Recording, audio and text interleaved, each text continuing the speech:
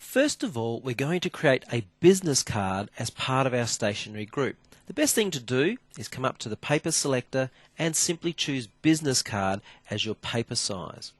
To create a solid colour background, just double click on the page border and that brings up your options dialog. Choose page and background and then turn on solid and choose any colour that you might want to work with. Now you have a solid colour background that will remain and won't move.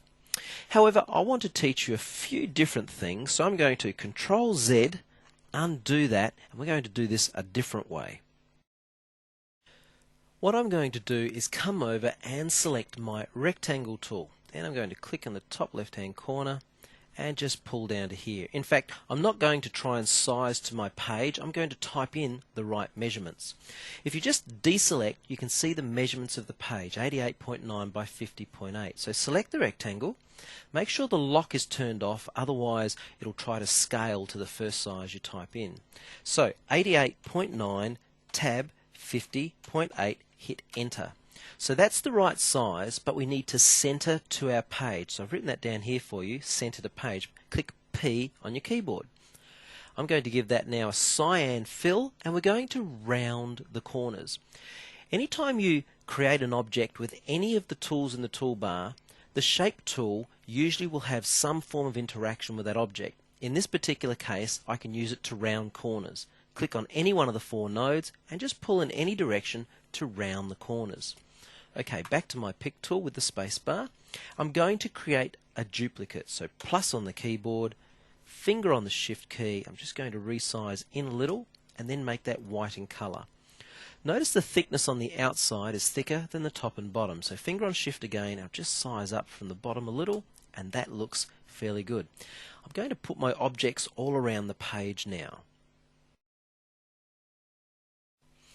It always pays to place your components around the object that you're designing on, either around the outside or roughly where you think they're going to be positioned. It helps you to think through your design. Well, I'm going to place there and create an angle on the white area of this rectangle. But first, I'm going to select both of these objects, finger on the shift key, and right click so that I remove the outline color.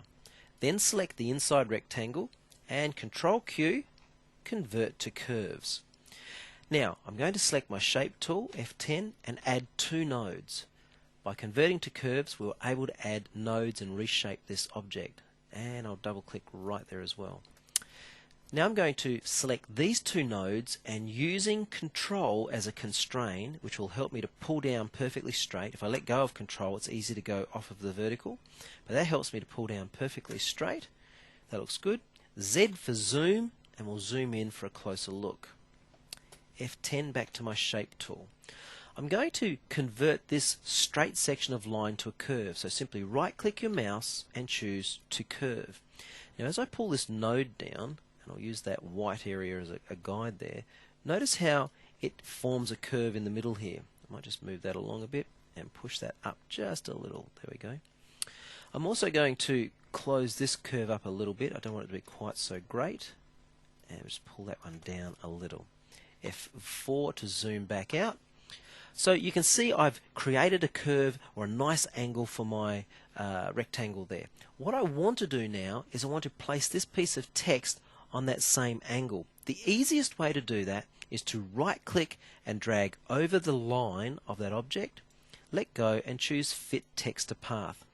It will always automatically shoot to the start point of the object or what it considers, but we can simply slide it back around the line. And then you can snap in and out. Just simply move in or out of the line. It'll snap to various snap locations. And you can adjust those snapping points by choosing the Tick Snap option. I think that looks great. Let's convert that to the Ruark text and make it white. A little bit bigger. Finger on the Shift key. A little bit more. And that looks quite effective, just like that. Okay, a few more steps now. I want to select all of the remaining text and convert to the same typeface, the Arial rounded typeface. You know what? In fact, we'll change the Peter Daniels to the Ruark typeface, just for something different.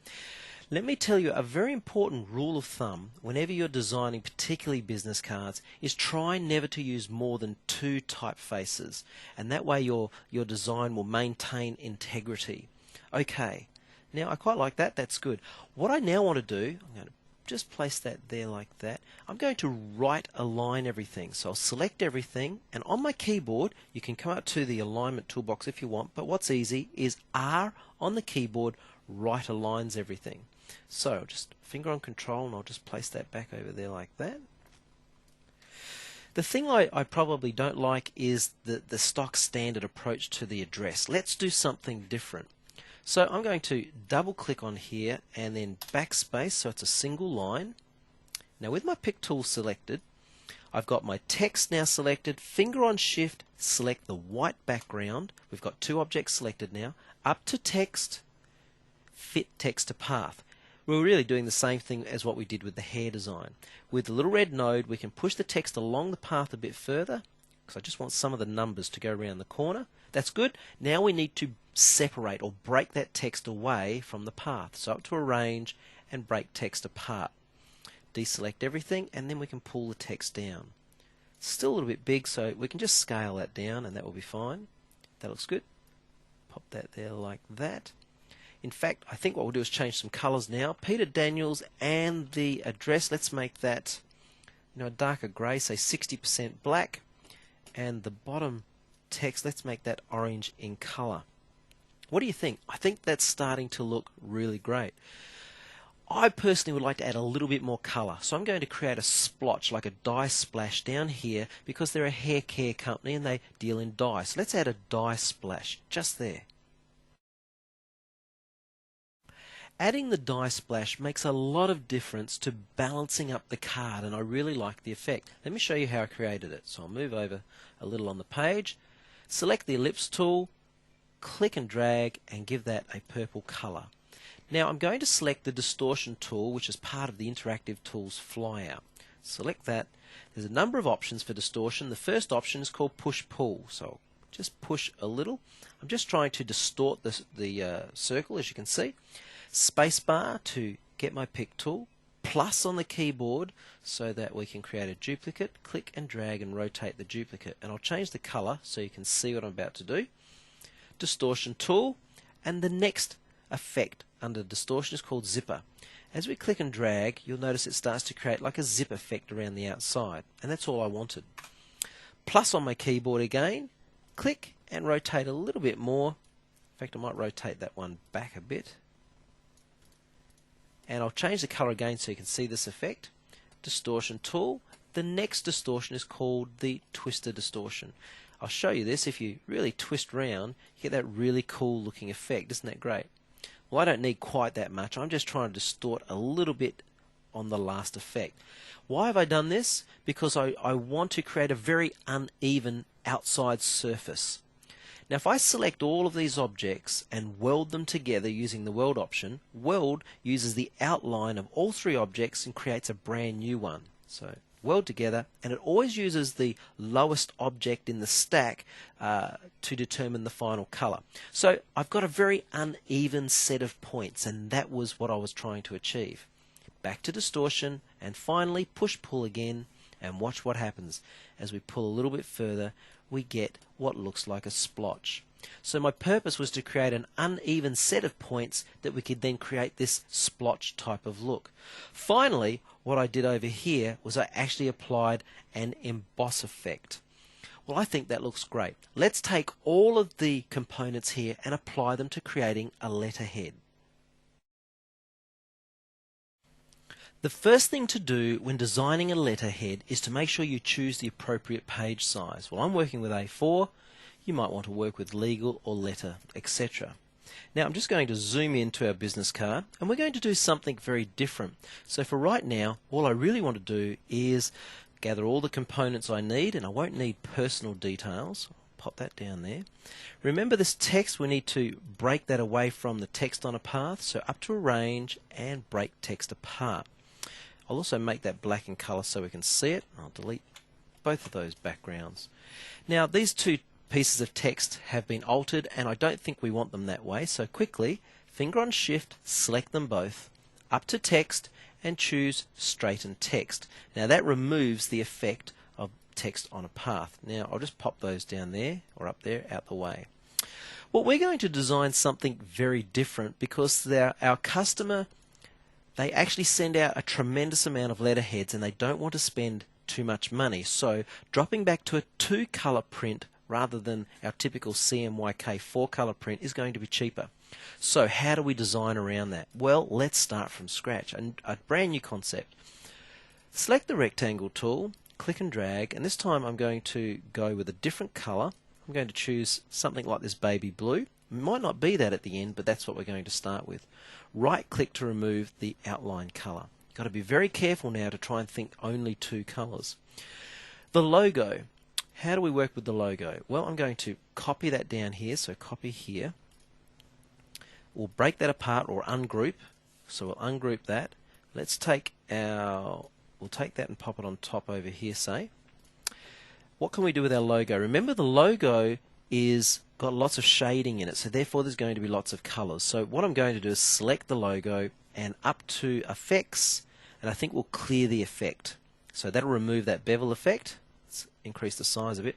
And I'm also going to combine the whole thing together, because that will force it to be one color and I can't slip up and accidentally have one piece a different color to the other. So I definitely know I'm working with 2 colors.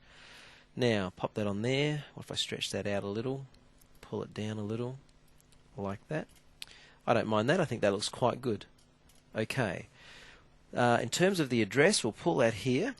Now it disappears underneath because it's on a lower stacking order. So Shift Page Up brings it to an upper layer. In fact, we could put that down underneath. That doesn't look too bad. Stretch that out. Even stretch that one out. Or maybe alternatively, pop that one on top and that one underneath, and we'll make that one white in colour. Might shrink the logo down a little, and I might shrink the height of that a little. There we go. That looks a bit better. And we'll stretch that out some more. Make the address match. That looks good. I quite like that. So we're working with 2 colours. Because that's white, of course, it just means nothing will print in that place, and that's why you'll see white. Hair design. Let's pop that over here and see what we can do here. Again, Shift Page Up to bring to the top of the stacking order. Let's zoom in, and what creative thing can we do with hair design?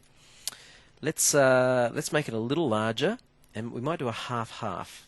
So what I'll do is I'll make that white in colour, and then plus on my keyboard, and then I'll make that blue in colour, and I'm going to crop away the bottom half. So select my crop tool, over the top, and just down to there, double click, and there you go. That's a half-half effect. That's pretty easy to do, wasn't it? That looks quite good. Okay, so F3 zoom back out, or Shift F4 zooms to our entire page. We don't need that anymore, but we'll take our splotches, pop them down the bottom, and just increase the size a little. And of course we don't want that colour, so what does baby blue look like? Not so sure I like that, or we could just go with the orange, of course, and that doesn't look too bad. So again, up the top, excellent. I think that's a really easy design, and we've done that fairly quickly for you. Make sure you watch the next video, because we're going to discuss some actual mistakes in here for going to 2-color print.